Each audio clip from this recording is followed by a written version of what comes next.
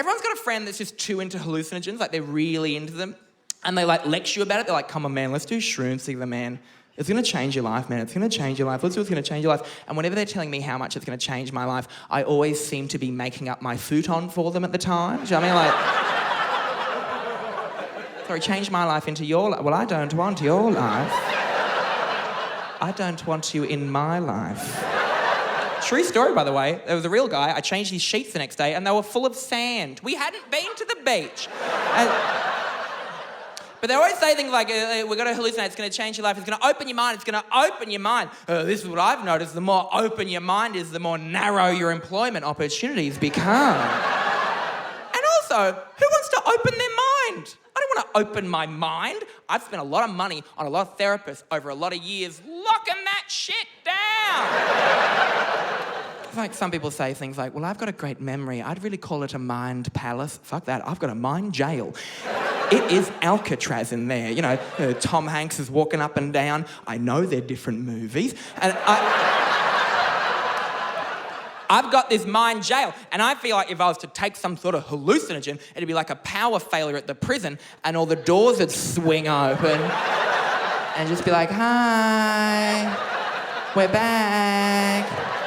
You're scared of balloons. You don't remember why.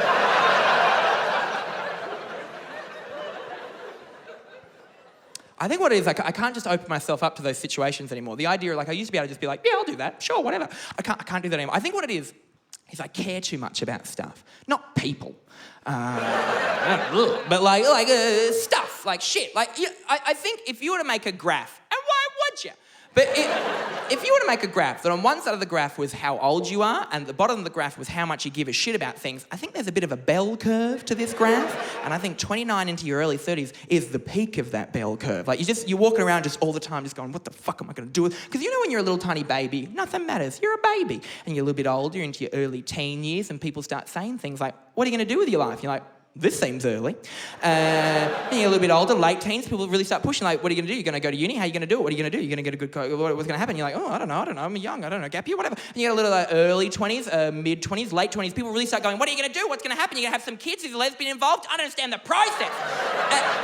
And then you hit this peak level of just like, oh my God, what am I going to do with my life? Help me! And then you hit 60, 65. And at that, to me, it seems like at that age, your care levels just fucking plummet. Like, oh, I can't wait to be in my 60s. I can't wait to be at a point in my life where all I want to do is give feedback no one asked for. You know, like it's an important time to have all of the power and none of the information. Do you know what I mean? Like, it's a good time. Thank you to any boomers who brought their children this evening. I appreciate it. I'm enjoying your money. Now, I feel like I'm not shitting on boomers. I feel like that's a very comedian this age to do at the moment. Or I would say this, boomers, you're learning in a way that we weren't expecting. You're becoming sentient like Skynet. Like the internet used to be a place where we talked about you, and now you're there. And you need to give us a minute, because we were like, ah! Like, you guys are learning in a way that we didn't know was going to happen. Like, my mum started learning. She started using emojis, the wrong ones, but she's learning. This is a real thing. About a couple of months ago, my mum sent me a message. It was just 5 fire emojis in a row, and then nothing for 3 hours. A few hours later, it just went, I can't find your father. What's happening?